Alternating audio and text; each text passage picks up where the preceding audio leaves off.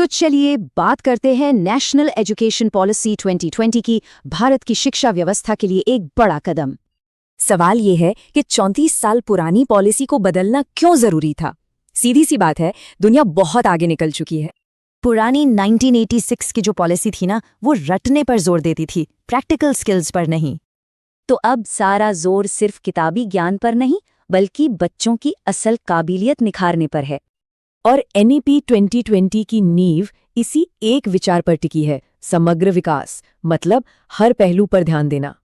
तो सबसे बड़ा बदलाव क्या है? जो पुराना 10+2 वाला सिस्टम था, वो अब खत्म हो गया है और इसकी जगह अब आया है ये नया 5+3+3+4 का ढांचा। ये बच्चों के विकास के हिसाब से बनाया गया है। इसका सबसे बड़ा फायदा, अब 3 से 6 साल के बच्चे भी फॉर्मल स्कूलिंग का हिस्सा होंगे।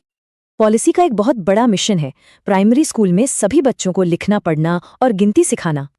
और टारगेट क्या है कि क्लास 3 तक हर बच्चे को ये बेसिक स्किल्स आ जाने चाहिए।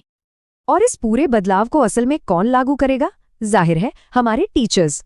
मतलब अब टीचर्स की लगातार प्रोफेशनल ट्रेनिंग होगी और उनके करियर ग्रोथ पर भी फोकस रहेगा। एग्जाम्स का तरीका भी बदल रहा है, अब रट्टा मारने की जगह असल काबिलियत परखी जाएगी।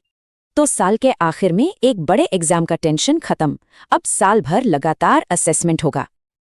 अब आज साइंस और कॉमर्स के बीच कोई दीवार नहीं होगी, स्टूडेंट्स अपनी पसंद के सब्जेक्ट्स चुन सकते हैं।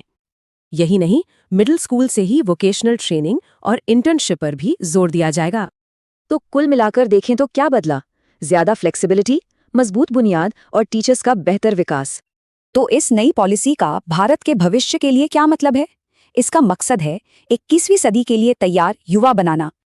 ये सिर्फ एक पॉलिसी नहीं है, ये भारत को एक ग्लोबल नॉलेज सुपर पावर बनाने का सपना है। तो बड़ा सवाल यही है कि सीखने का ये नया नजरिया भारत की अगली पीढ़ी को कहां तक ले जाएगा।